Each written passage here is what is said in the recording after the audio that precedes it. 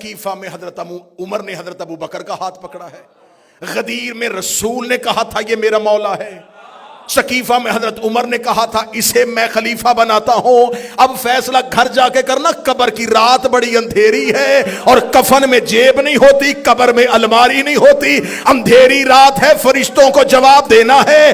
غدیر میں خلیفہ مصطفیٰ نے بنایا ہے، سقیفہ میں خلیفہ حضرت عمر نے بنایا ہے، فیصلہ گھر جا کے کرنا، قرآن میں اطاعت نبی کی واجب ہے یا حضرت عمر کی واجب؟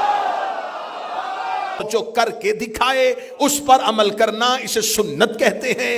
ہم نے اہل سنت کے علماء سے پوچھا بدعت کسے کہتے ہیں؟ اس نے کہا جو کام نبی نے اپنی زندگی میں نہ کیا ہو اور نبی کے بعد کیا جائے اسے بدعت کہتے ہیں۔ اس کا مطلب سنت وہ جو نبی کہے اور کرے، بدعت وہ جو نبی کے بعد شروع ہو۔ اگر گھر میں بیٹھ کے گالی دینی ہے تیری اپنی مرضی ہے، سوشل میڈیا پہ میرے مذہب کا مذاق اڑانا تیری مرضی ہے، ورنہ حقیقت میں تیری گردن کے اوپر لے کے کھڑا ہو۔ تیرے علماء نے مانا ہے جو نبی کہے اور کرے وہ سنت، جو نبی کی زندگی میں نہ ہو اور بعد میں ہو وہ بدعت ہے۔ پھر تجھے ماننا پڑے گا غدیر نبی کی زندگی میں تھا، سقیفہ نبی کے بعد تھا۔ غدیر سنت ہے، سقیفہ بدعت ہے۔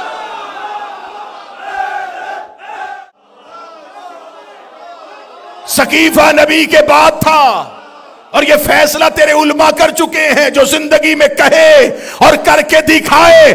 غدیر میں منہ سے کہہ رہا تھا، ہاتھ پکڑ کے دکھا رہا سے دعا لے کے میں بہت بڑا ٹائٹل آج حسینیہ بریڈ فورڈ میں مسلمانوں سے چھیننے لگا ہوں۔ 1400 سال کے بعد اب چھیننے لگے۔ ہم اہل سنت ہیں، ہم اہل سنت، ہم شیعان علی،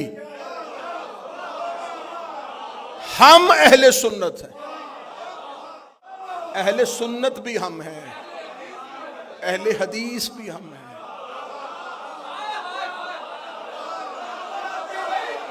سنت پر بھی عمل ہم نے کیا، حدیث پر بھی عمل ہم نے کیا۔ دیر میں حضرت ابو بکر کو مولا بنا دیتے، ہم انہیں مان لیتے۔ 4 بندوں نے بے شک کیوں کہا ہے؟ مشکل فیصلہ ہو گیا، مان لیتے۔ رسول نے، کیونکہ قرآن نے کہا جو رسول دے۔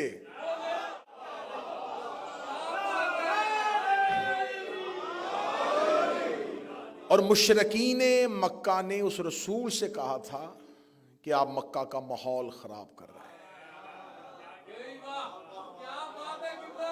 نسل در نسل، نسل در نسل ہم سب کے بزرگ اکٹھے یہاں رہتے رہے، ہم آپس میں ایک دوسرے کے ساتھ تعلق داریاں رکھتے ہیں۔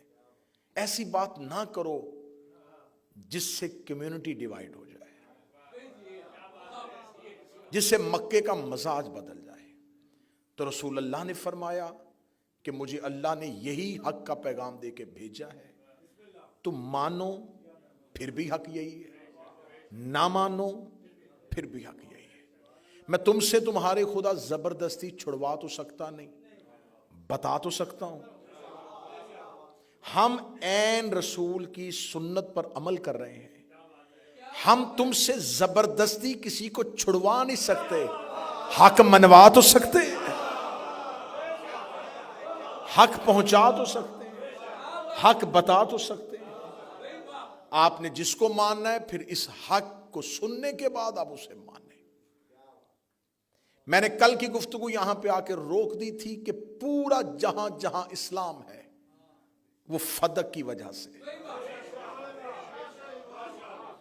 اگر کوئی کہے کہ اتنا اسلام فدق کی وجہ سے تو نہیں پھیلا، تو جب رسول نے پہلی تقریر کی تھی نا دعوت العشیرہ، وہ 40 کافروں میں کی تھی، پھر وہ 40 کافر مسلمان ہوئے تھے۔ آج پوری دنیا میں جتنے مسلمان ہیں یہ ان 40 کافروں سے شروع ہوئے تھے۔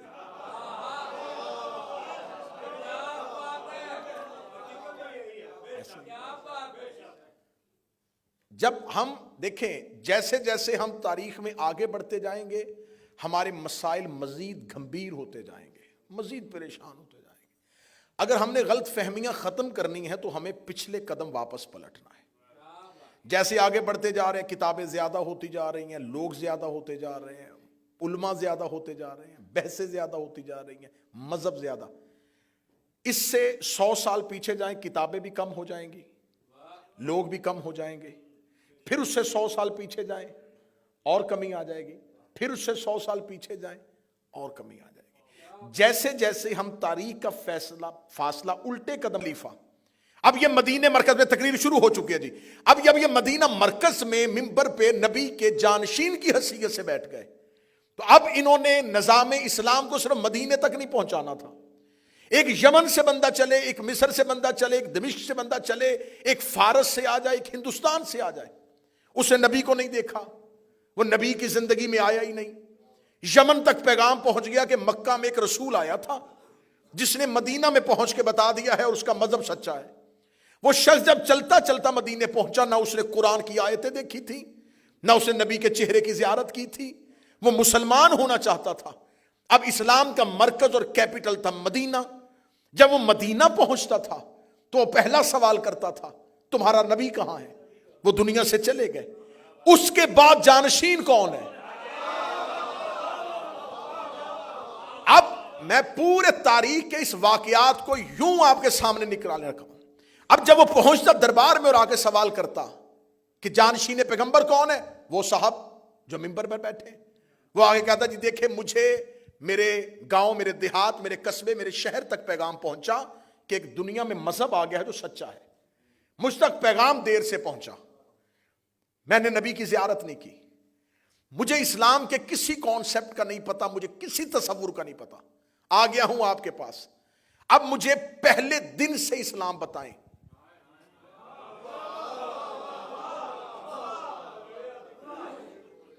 میں نے تو نبی دیکھا ہی نہیں، میں نبی کی محفل میں نہیں بیٹھا، آپ لوگ تو وہ تھے نا جو نبی کے پاس، اور آپ نبی کے جانشین ہیں، بتا سکتے ہیں کہ اللہ ہے تو نظر کیوں نہیں آتا؟ بتا سکتے ہیں کہ اس نے طاقت صرف فرشتوں کو کیوں دی ہے؟ بتا سکتے ہیں کہ تمہارے مذہب میں ابراہیم اور اسماعیل کا تصور کیا ہے؟ بتا سکتے ہیں کہ تم موسیٰ کی لوحوں کے بارے میں کیا یقین رکھتے ہو؟ کیا تمہیں خبر ہے کہ حواری نے عیسیٰ کون کون تھے؟ چلو یہ باتیں چھوڑو، تم مجھے بتاؤ تمہارے مذہب میں نمازیں 5 ہیں، کیوں 5 ہیں؟ اب جس کو یہ سب کچھ پتا تھا وہ گھر میں بند تھا۔ نوجوان میرا ساتھ دینا، میں تاریخی مجلس آپ تک پہنچانے لگا ہوں۔ وہ اکیلا نہیں تھا، وہ قرآن کے ساتھ تھا، کیونکہ قبلہ تائید فرمائیں گے کہ میرے آقا و مولا یہ ہے علی کی حکمت۔ مولا علی دربار خلافت میں آئے تھے کہ لے لیا تم نے منبر رسول، یہ قرآن میں نے ترتیب نزولی کے اعتبار سے جمع کر دیا ہے، اس قرآن کو رکھ لو، اور یہ کہہ کے واپس بھیج دیا کہ علی نہ ہمیں تیری ضرورت ہے نہ تیرے جمع کیے ہوئے قرآن کی ضرورت ہے۔ اس علی سے قرآن نہیں لیا۔ آج تک مسلمان قرآن کو اس کی ترتیب نزولی کے اعتبار سے اکٹھا نہیں کر سکے۔ جو آیت پہلے آئی تھی وہ درمیان میں پڑی ہے، مکی صورتیں بعد میں آ گئی، مدنی صورتیں پہلے رکھ دی۔ قرآن کو اگر آپ پڑھنا شروع کریں تو قرآن چلتے چلتے آیت ایک بتاتی، آگے لہجہ بدل دیتی ہے۔ بات ہو رہی ہوتی ہے بنی اسرائیل کی اور آگے فوراً حج کی بات ہونا شروع ہو جاتی ہے، حج کی بات ہو رہی ہوتی ہے آگے عورتوں کے حقوق کی بات ہونا شروع ہو جاتی ہے۔ قرآن نہیں بدلا، ترتیب بدل دی۔